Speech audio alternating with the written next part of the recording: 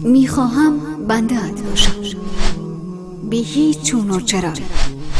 میخواهم فقط بندگیت را به جا آورم، همان گونه که تو به هیچ چون و چرایی مدام میبخشی و پیوسته عطایم میکنی.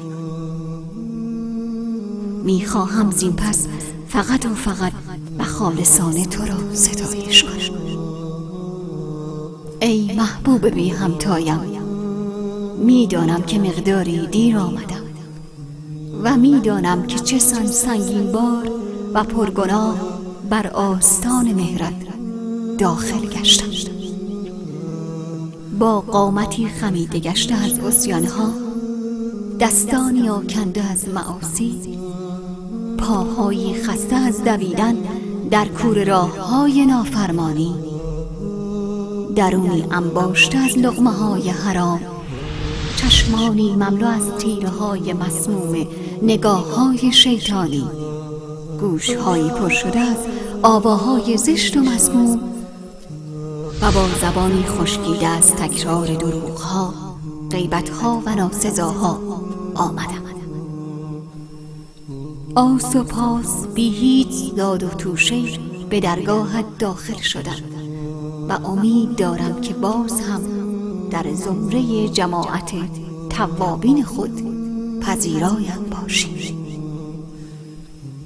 تا همین چند گاه پیش آینه شفاف خودبینی مدام صورت پر از رنگ و لعابم را نشانم میداد تا مبادا چشمانم متوجه سیرت کریه شده از غفلت تو گردند، تا آنکه تند باد ارادت آن آینه شیطانی را بر زمین انداخته و شکست.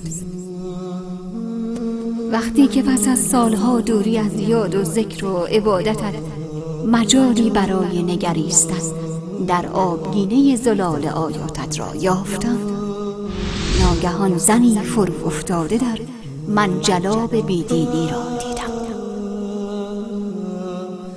عروسکی بزک شده و مترسکی پوشالی بر سر مزرعه شهوت پرستان.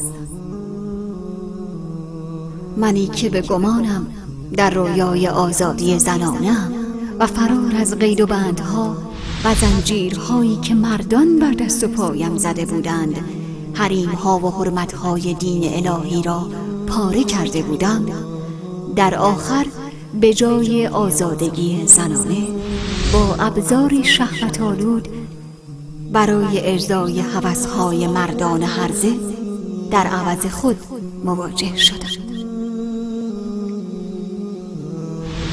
چه سودای خامی بود رؤیای شوم آزادی زنانم.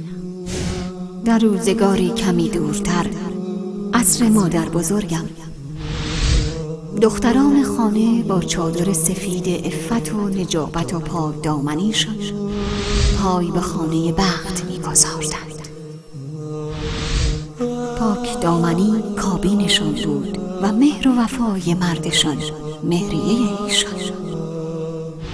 محبت الهی از ورای آن همه پاکی طینتشان همچون باران تا واپسین ساعات عمرشان نازل می‌گشت و هیچگاه مادر بزرگان مؤمن ما حتی به قدر 1 ساعت از این همه تلخ کامی‌ها و شوربختی هایی که ما زنان و دختران این روزگار با این همه ولنگاری هایمان متحمل گشتیم به خود ندیدند. رمز سعادت آنان در کوته فکری یا بی فرهنگیشان نبود. آنان سعادتمند بودند چرا که به الله و فرامینش بی چون و چرا ایمان داشتند. ای معبود یگانه، خسته از این همه درد بی درمان و آشفتگی های روحی و روانی این دوران. ای محبوب بی همتایم، ببین که چگونه بریدم، وامانده از بیراه رفتنها، سرخورده از عشقهای پوشالی و نامردان مرد نما. از فرو افتادن در این دنیای پستی که با شهوتها، موسیقیها، پارتیها و برهنگی‌هایی که ساخته‌اند بیزارم. معبودم، بیا و مرا محرابی عنایت کن.